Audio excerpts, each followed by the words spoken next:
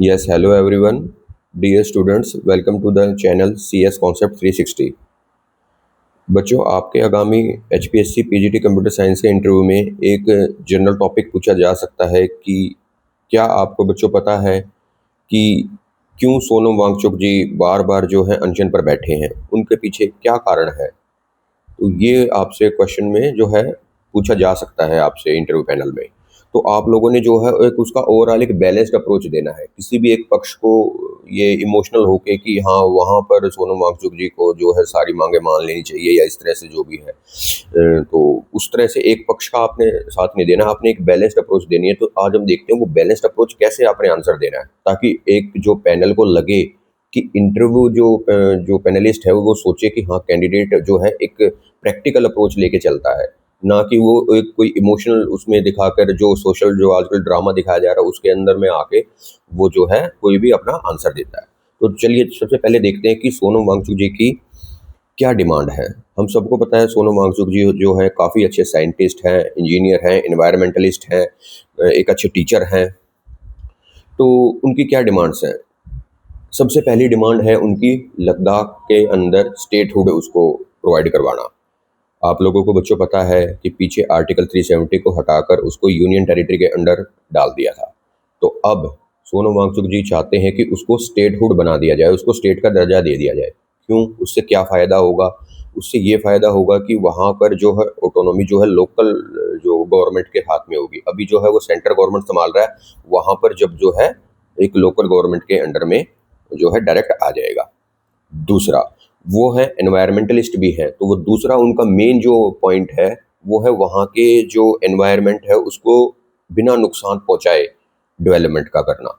क्योंकि वो चाहते हैं कि वहाँ की जो एनवायरमेंटल जो कंडीशंस है काफ़ी फ्रेजाइल है, क्योंकि वहाँ पर वाटर स्कैरसिटी है। आप लोगों को पता है कि एक वो बैरन लैंड है, बैरन लैंड समझते हो? कोल्ड डेजर्ट के नाम से जाना जाता है। वहाँ पर ज़्यादा वनस्पति वगैरह ज़्यादा नहीं होती हैं, वहाँ पर कोई ज़्यादा इस तरह का है नहीं सिचुएशन, सिर्फ टूरिज़्म से ही चलता है थोड़ा बहुत। और तीसरा जो उनका मेन है कि उसको सिक्स्थ शेड्यूल में डाला जाए। सिक्स्थ शेड्यूल में डालने से क्या होगा? सिक्स्थ शेड्यूल में डालने से ये होगा कि वहाँ पर जो है उनके जो ट्राइबल एरियाज़ हैं, उनके जो एरियाज़ हैं उसको प्रोटेक्ट किया जा सकता है।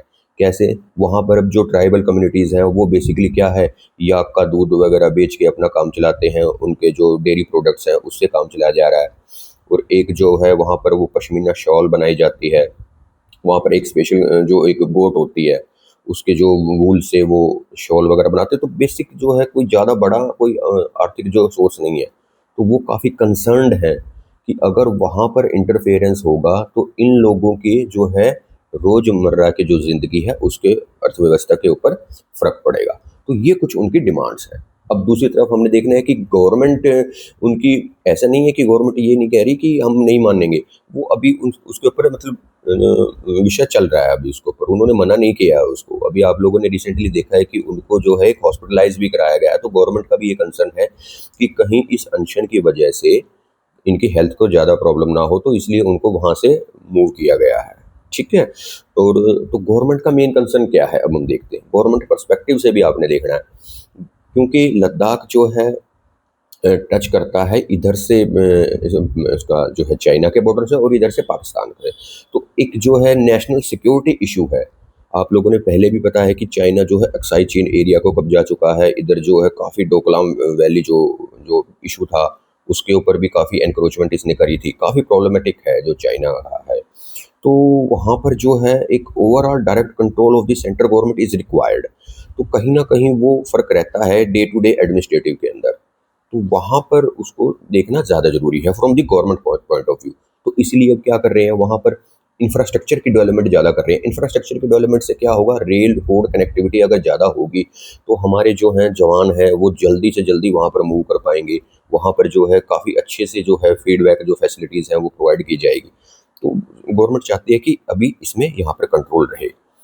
तो अब आपसे पूछा जाएगा कि ओवरऑल अब देखो बच्चे क्या एक पर्सपेक्टिव रहेगा, तो आपने आंसर करना है सर कोई भी चीज़ें ऐसे जो है नहीं होती हैं, सभी पक्षों को वहाँ पर बैठा के कन्वर्सेशन होना चाहिए।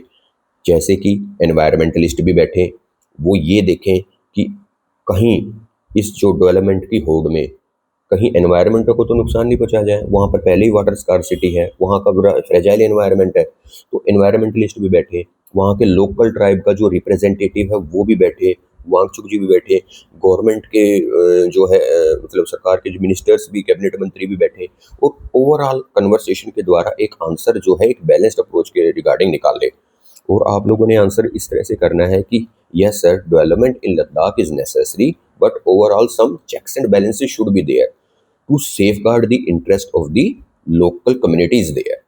सो ये इस तरह से आप आंसर करोगे तो लगेगा कि हाँ, ये जो है इमोशनल फूल नहीं है, कोई सोशल मीडिया में जो वो दिखाया जा रहा है जो ड्रामा, उसके बहकावे में ना आकर ये बच्चा जो है सीधा एक प्रैक्टिकल अप्रोच के साथ आंसर देता है। तो इस तरह से आपने आंसर करना है। वहाँ पर कभी आप लोग कहने लग जाओगे नहीं नहीं वो तो बहुत ही अच्छा बंदा है जी, वो तो जो बात कहे वो मान लीजिए, ऐसा नहीं है। बैठ के बातचीत होती है, हर एक चीज़ का समाधान होता है, एक जो कॉमन सेंस जो कहती है उसके अनुसार आपने आंसर कर। दूसरा बच्चा, आपसे ना ये पूछा जा सकता है कि सिक्स्थ शेड्यूल क्या है। सिक्स्थ शेड्यूल बेटे, जैसे कि मैंने पहले ही बताया है कि ये क्या करता है, एक ऑटोनॉमी प्रोवाइड करता है, एडीसी सेटअप करता है, ऑटोनोमस डिस्ट्रिक्ट जो जो जो एक गवर्नमेंट एक प्रोवाइड करेगा, वो गवर्नमेंट क्या कर सकती है, उसको ऑटोनॉमी मिलती है वहाँ पर कि अपने टैक्सेस लगा ले भाई छोटे छोटे, ताकि वहाँ के जो है एजुकेशन के ऊपर, डेवलपमेंट के ऊपर खर्चा किया जा सके। तो डायरेक्ट जो है यूटी ग्रांट को ना करे, वहाँ के लोकल जो बंदे हैं वहाँ का उनका जो एरिया है उनको सेफ गार्ड किया जा सके। अब लद्दाख में क्या है, टूरिज़्म का ज़्यादा वो है, तो टूरिज़्म से ऊपर उनका मेन जो काम चलता है। तो वहाँ पर जब ये इंफ्रास्ट्रक्चर डेवलप होगा, ये होगा, तो टूरिस्ट भी ज़्यादा पहुँचेंगे, तो वहाँ पर बहुत ज़्यादा प्रेशर, आपने पीछे भी देखा होगा वीडियोज़ के अंदर कि जब टूरिस्ट जाते हैं तो वहाँ पर पहले ही वाटर स्कार्सिटी, तो कितना प्रेशर पड़ता है उसके ऊपर, वहाँ के जो इकोलॉजिकल सिस्टम है, क्योंकि टूरिस्ट को जाएंगे तो वहाँ पर रिसोर्सेज को भी मतलब यूज़ करेंगे, तो that is going to effect the directly और इनडायरेक्ट। तो सिक्स शेड्यूल में क्या हो जाएगा, तो वहाँ पर उसका लोकल जो ट्राइबल एरियाज़ हैं उसका एरिया ऑफ इंटरेस्ट को बचाया जा सकता है। दूसरा पॉइंट ये उठ सकता है कि और कहाँ कहाँ पर हैं, तो आप लोग बताओगे कि नॉर्थ ईस्ट जो स्टेट्स हैं, जो सेवन सिस्टर स्टेट्स हैं, उसमें से आसाम के अंदर, त्रिपुरा के अंदर, मेघालय के अंदर, मिज़ोरम के अंदर, इन 4 स्टेट्स के अंदर ये जो है अभी लागू किया मतलब है। सोनम वांगचुक जी चाहते हैं कि इसको यहाँ पर भी लागू कर दिया जाए। तो लागू करने में बुरी बात नहीं है, लेकिन जो उसके जो पैरामीटर्स हैं, फिर वो सेंटर गवर्नमेंट उतना वो कार्य नहीं कर पाती, तो इसलिए गवर्नमेंट उससे थोड़ा सा उसको अवॉइड करना चाहती है। वो चाहते हैं कि हाँ, ये इस तरह से हो जाए, तो एक बैलेंस एक अप्रोच एक बातचीत के थ्रू हो जाए तो ज़्यादा बढ़िया रहेगा, जिससे डेवलपमेंट भी ना रुके और उनका काम भी अच्छा चले। तो ऐसे ही और वीडियोस के लिए मैं आपसे जो है एक नया टॉपिक लेके आऊँगा। उम्मीद है कि आपको जो है वीडियो अच्छा लगा होगा, और आप प्लीज़ लाइक शेयर सब्सक्राइब कीजिए मेरे चैनल को। Thank you.